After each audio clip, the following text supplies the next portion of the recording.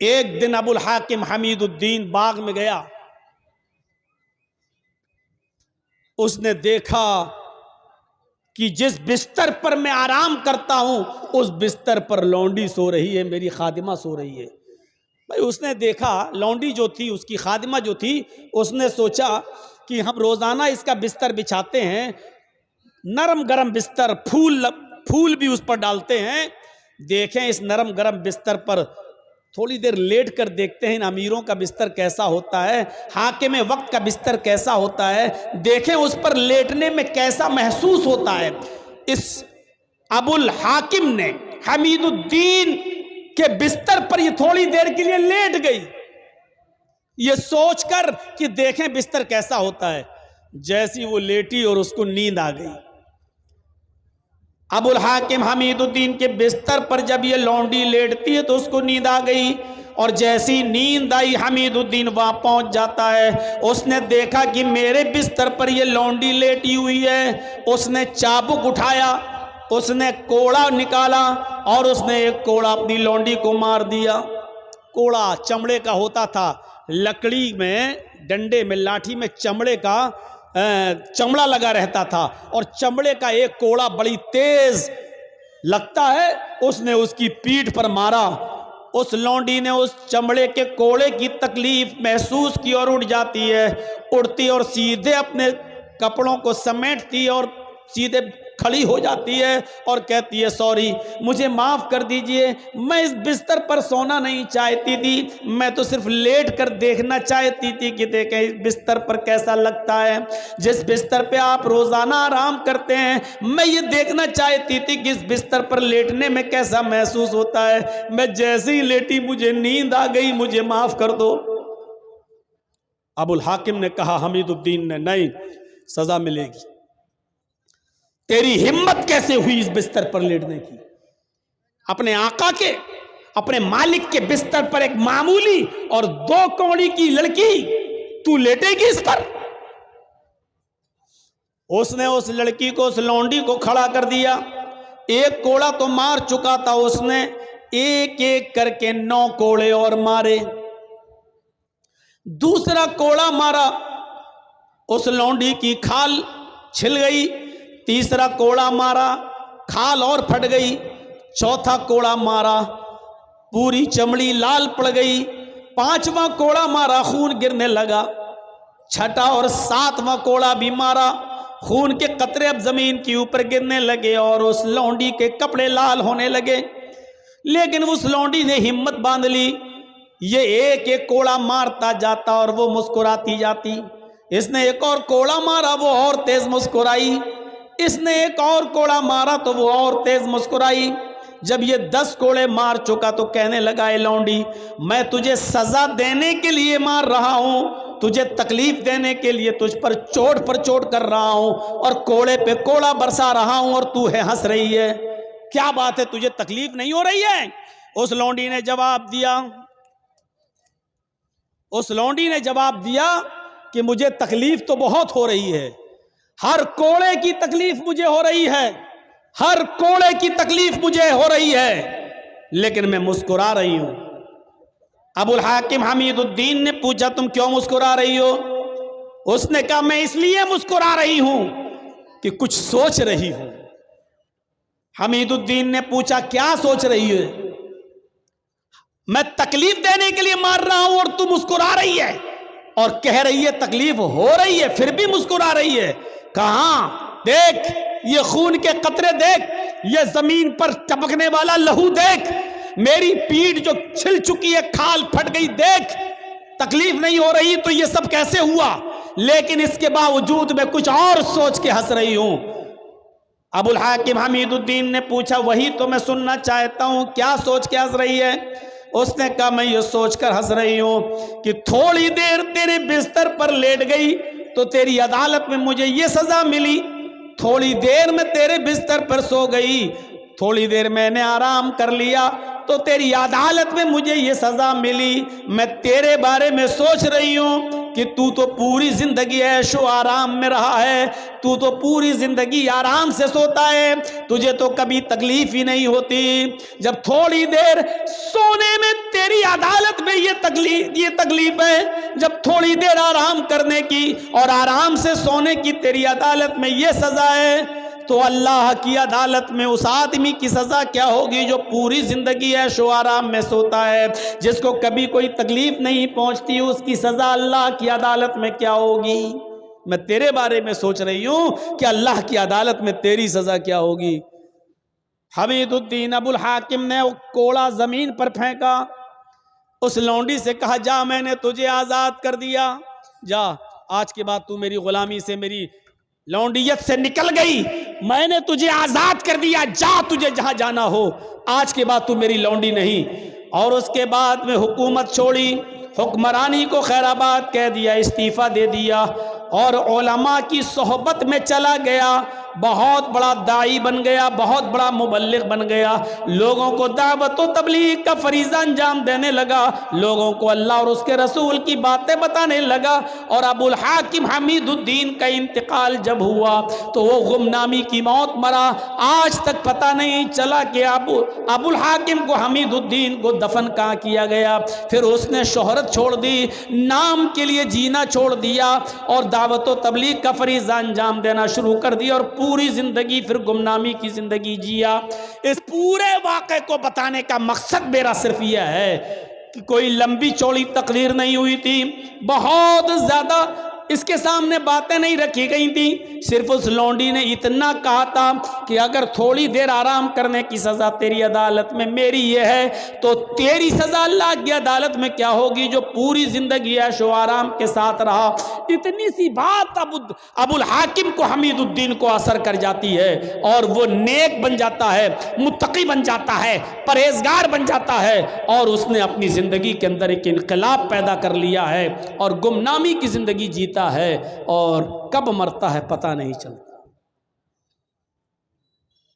فطرت میں زندگی ہو تو ایک جملہ کافی ہے, اور فطرت میں زندگی نہ ہو تو پوری زندگی چیختے رہو, چلاتے رہو. بتایا نا کل بتایا تھا نا ابو طالب کا واقعہ.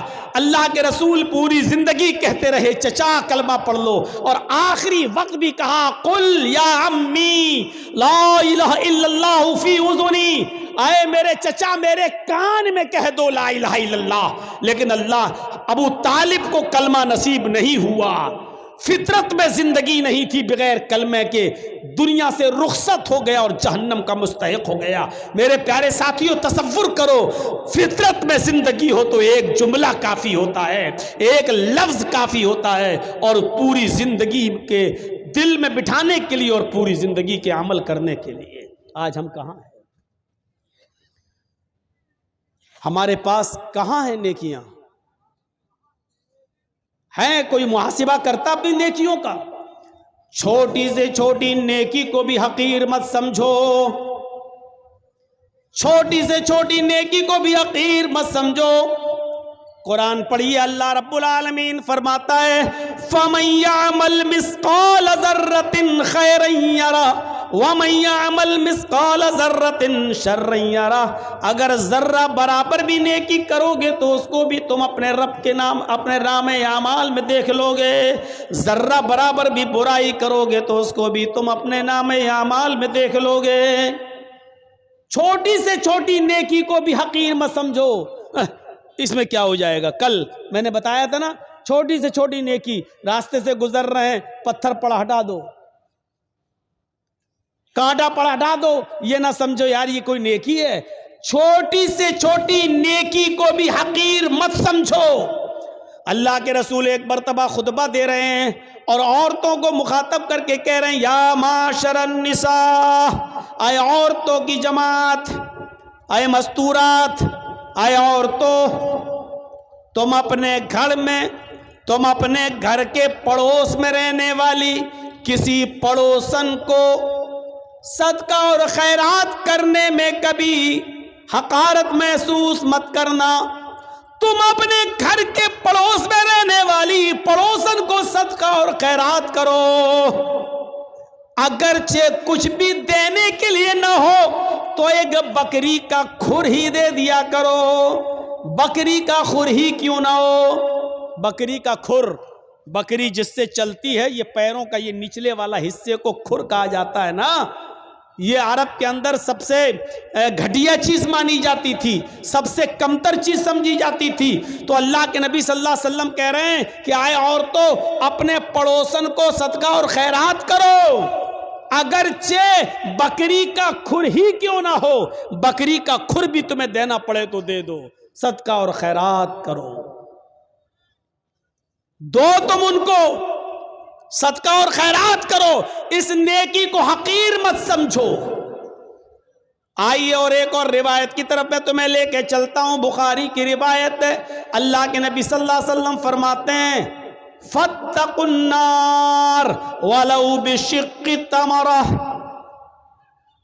ولو بشق تمرہ پر غور کرو.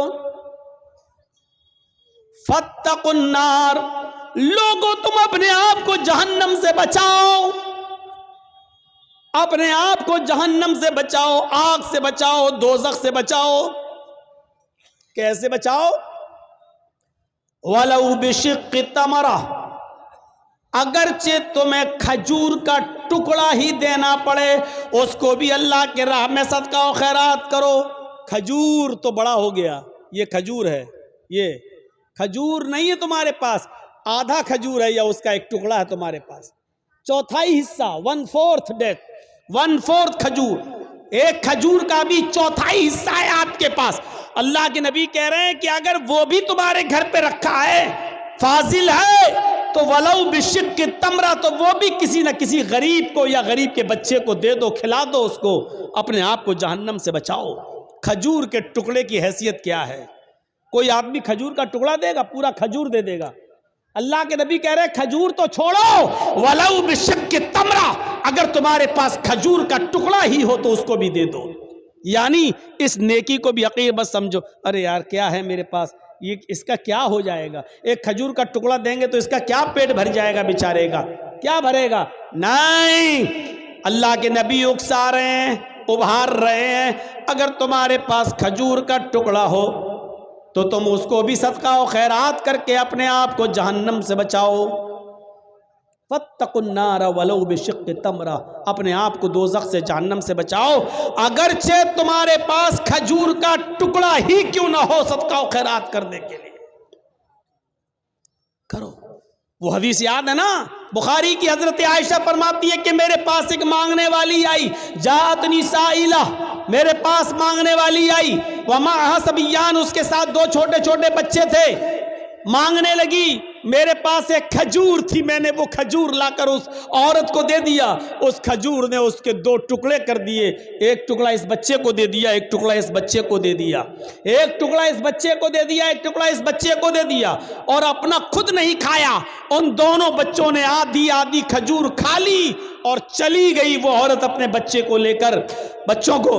اللہ کے نبی صلی اللہ علیہ وسلم جب گھر میں آئے تو حضرت عائشہ نے پورا منظر بیان فرمایا. تو اللہ کے نبی صلی اللہ علیہ وسلم نے فرمایا وجبت علیہ الجنہ، عائشہ جو عورت اپنے بچوں کے کھانے پینے کی آزمائش میں مبتلا کر دی گئی، جو اپنے بچوں کی پرورش میں آزمائی گئی اور اس آزمائش میں پوری اترتی ہے، اس عورت کے اوپر جنت واجب ہے. یعنی اس عورت نے خود بھوکا رہ کر اپنے بچوں کو آدھی آدھی کھجور دے دی، اپنے بچوں کو ٹکڑے دے دیے کھجور کے، خود بھوکی رہ گئی، اللہ تعالیٰ نے اس عورت پر جنت واجب کر دی. یعنی اس عورت کے اوپر جنت فرض ہو گئی، جنت واجب ہو گئی. غور کیجئے، کھجور کا ایک کھجور تھی، حضرت عائشہ نے وہی دے دی.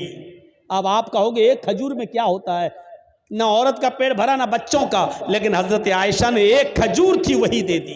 مسلم شریف کی حدیث میں 3 کھجوروں کا ذکر ہے. ایک کھجور اس عورت، 3 کھجور حضرت عائشہ نے اس عورت کو دے دی.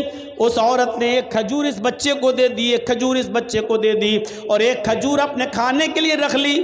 بچوں نے اپنی اپنی کھجوریں کھا لی اور ماں جب کھجور کھانے لگی تو بچے اپنی ماں کے کھجور پر جھپٹ پڑے.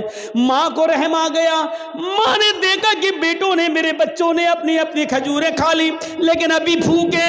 تو ماں نے اپنی کھجور نہیں کھائی بلکہ اس کھجور کے تو ٹکڑے کر کے آدھی اس کو دے دی, آدھی اس کو دے دی. اور ان بچوں نے یہ آدھی آدھی کھجور بھی کھا لی اور ماں نے خود کچھ نہیں کھایا. جب حضرت عائشہ نے یہ منظر اللہ کے نبی کو بتایا تو اللہ کے نبی کی آنکھوں میں آنسو آ گئے اور روتے ہوئے فرمایا وجبت علیہ الجنہ, اس عورت نے اپنے اوپر جنت واجب کر لی. کسی بھی نیکی کو حقیر مت سمجھو, چھوٹی سی چھوٹی نیکی کو بھی حقیر مت سمجھو. حضرت ابو بکر صدیق کے دور خلافت میں قحط پڑ گیا. قحط مطلب سوکھا, لوگوں کے پاس کھانے پینے کے لیے اناج نہیں ہے, غلہ نہیں ہے, سوکھا پڑ گیا. ابو بکر کا زمانہ ہے. حضرت عثمان غنی رضی اللہ تعالیٰ عنہ کے پاس ملک شام سے غلہ لدا ہوا اونٹ آئے تھے جس پر غلہ لدا ہوا تھا. اور اونٹ کتنے تھے؟ 1000 اونٹ. 100 نہیں, 10 20 نہیں, 100 200 نہیں, 1000 اونٹ تھا جس پر اناج لدا ہوا تھا, غلہ لدا ہوا تھا.